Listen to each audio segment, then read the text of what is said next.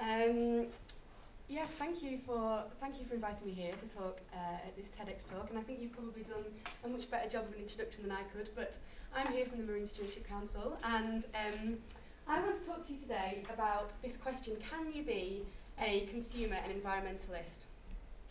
And I'm going to talk about the issue particularly of fish, partly because it's something that I know a bit about, but partly because I think it's a particularly interesting issue because it talks about food, and we probably all need to eat food, and it talks about how we can harness our behaviour as consumers to actually drive environmental change. And I think that's an issue which is going to become more and more important as we go forward. Okay, let's move on.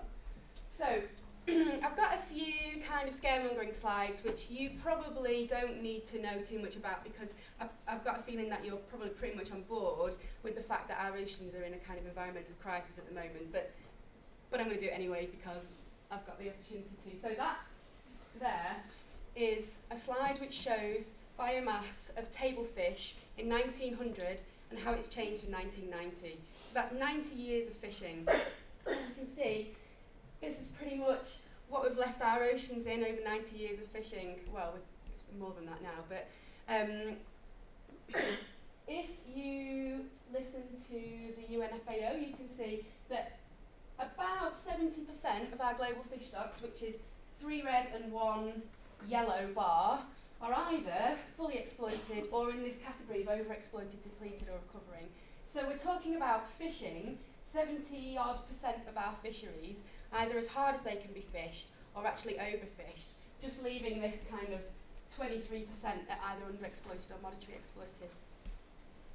And as you can see, if you look at this red line, which shows our fishing effort measured by gigawatts of engine power, so it's the amount of effort that we're putting into fishing, and look at what actual catches have done since the 1980s, you can see that despite this huge increase in fishing effort, sort of 10 times, I think, since 1950, we've pretty much plateaued. Even with this huge increase in extra effort, we're not really catching that much more fish. And when you put that into context of population increase and resource use, actually if you look to the future and you see kind of what kind of population and what kind of resource we're looking at supplying in the next sort of 50 years, and you think about that 23 green% that was left, somewhere there's something that needs to be done, and we need to start thinking about interesting and innovative ways of helping to meet that gap. And what I want to argue is not only that responsible consumption can drive change, but that we as environmentalists should be thinking that in certain contexts we need to shift our emphasis away from stop consuming to start thinking about encouraging responsible consuming, because actually that kind of communication message can have a big impact on the way people consume, and actually emphasising responsible consumption can drive very real environmental change on the water. And what I wanted to do is just talk to you about the Marine Stewardship Council, because that's one way that consumers can actually do that. Has everybody heard of the MSC? Is there anybody who hasn't heard of the MSC? The Marine Stewardship Council, you may have seen this logo on fish products. It's an environmental eco-labelling programme which recognises and rewards sustainable fishing. So fisheries which have met strict standards of environmental conservation and sustainability get to use that eco-label on their products. And it's on about 1,200 products in the UK now, and it's available in the major retailers and increasingly in food service now. And this is a menu from a fish and chip shop in Wales which shows that the cod and hake that they're serving is MSC certified.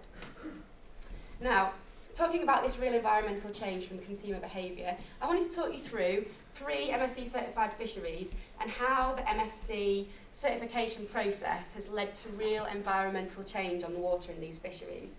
And the first one is the New Zealand hoki fishery. Now, as part of their certification, to get MSC certification, they've had to do 4 pretty hefty conservation measures, which mean that they're now fishing in an environmentally sustainable way. And the first one is that they've actually built a whole new strategy for dealing with the western stock of New Zealand hoki. And that has turned out to be a successful strategy, and they've now rebuilt that stock from a depleting stock to an improving stock over time. They've also taken huge steps to reduce seabird mortality by doing quite simple changes in their fishing practice So instead of having their nets at surface level, they now tow all their nets below 100 metres in depth, which is deeper than a seabird can dive, which means that they're massively reducing seabird mortality. Because of course seabirds dive to try and catch the fish in the net, and that can cause interaction between nets and seabirds, and it doesn't often end well for the seabird. So the second is the sort of beautifully named offal management system, which means that they no longer process offal on deck or discard fish overboard. Two quite simple messages, which mean that they've reduced their seabird mortality dramatically since they started working with the MSC. They've also introduced targets for reducing fur seal bycatch and conducted the first ever conclusive survey of fur seal populations in New Zealand. And that's led to a published paper there, which is going to inform their management going forward to making sure that the fishing effort is not harming the fur seal populations around New Zealand. Finally, they've introduced very strong auditing systems to monitor compliance. It's all well and good having these systems in place and having these management systems, but without strong auditing practices, we're not gathering the data that we need, and we're not making sure that things are actually happening on the water. There are hundreds of miles out to sea, and it's incredibly difficult to monitor. So that's Hoki. The second is South African hake. Now this is South Africa, developing world, and the South African hake fishery is incredibly important to the South African economy. Imperative therefore that they manage it correctly. And they've been working with the MSC for about 9 years now, and they've taken some pretty impressive steps. The first is they've implemented a ring fencing strategy, which basically means that they restrict the movement using GPS systems of the fishing boats, so they only stick to historical trawling grounds and they're not venturing into any virgin trawling grounds that might damage the benthic environment. And that's a step that they've taken as part of their MSC certification. They're also developing further closed areas and conducting scientific research into the most fragile areas so that they can make sure that they protect those effectively. They've also, which is interesting, they've required the fishing company themselves, and it's the fishing company that took the fishery through the MSC certification process, and the MSC have actually required that that fishing company puts a chunk of its profits into investing in funding to conduct field research towards understanding benthic impacts. And they've had several published papers based on that research, which is brilliant. It wasn't happening before, is now fantastic. They've also introduced lots of quite inventive ways of reducing their seabird bycatch, including introducing bird scaring flags, which have reduced seabird bycatch by half.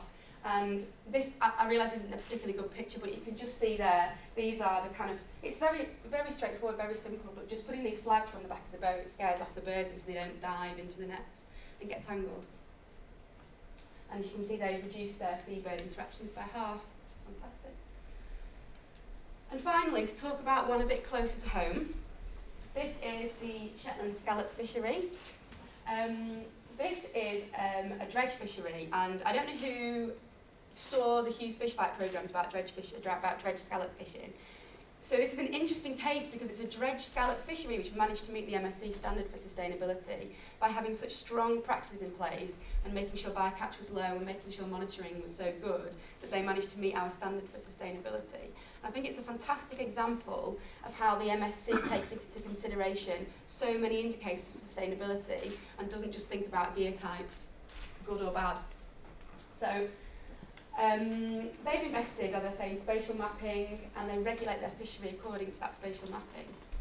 They have a regulating order governed by a bylaw which controls all the activity, and they've got a historical scientific collaboration project, which means that they've got many, many years of data available, which is quite rare in fishery actually, and it's very important for making sure that they understand fluctuations and natural fluctuations in population and can adjust fishing practice accordingly. So that's my 3 fisheries, and what I wanted to say is this has been made possible because of consumers actually choosing sustainable fish. And it's not just consumers, it's the businesses in between, and it's the retailers that are putting sustainable fish on the shelves. But they wouldn't be doing it if consumers weren't preferentially preferentially choosing sustainable fish. And I think that is the message. If we accept that as people we need to eat, which I do, and we accept that the population is going to grow over the next 50 years, we need to be starting to think about not consuming is not an option, really. So it's going to be about responsible consuming, and I think fish is a very good way of illustrating that that can be possible, and that actually we need to start thinking about that as a message, that it's responsible, not.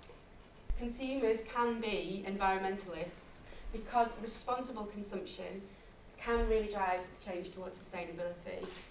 You can do that yourselves. You can look for the MSC Eco label on products, or particularly you can ask for MSC fish when you eat out.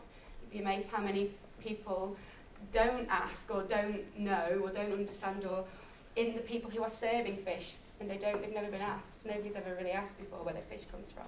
So it's no wonder that they're not really making any changes, and I think that's really where this consumer pressure comes in. So in conclusion, I wanted to make the point that consumers can be environmentalists, and I hope that fish has been a good example of that. And I want you to take away that message and think about next time you're eating fish out, asking where it's come from and making sure that where possible you're buying MSC certified fish. Thank you very much.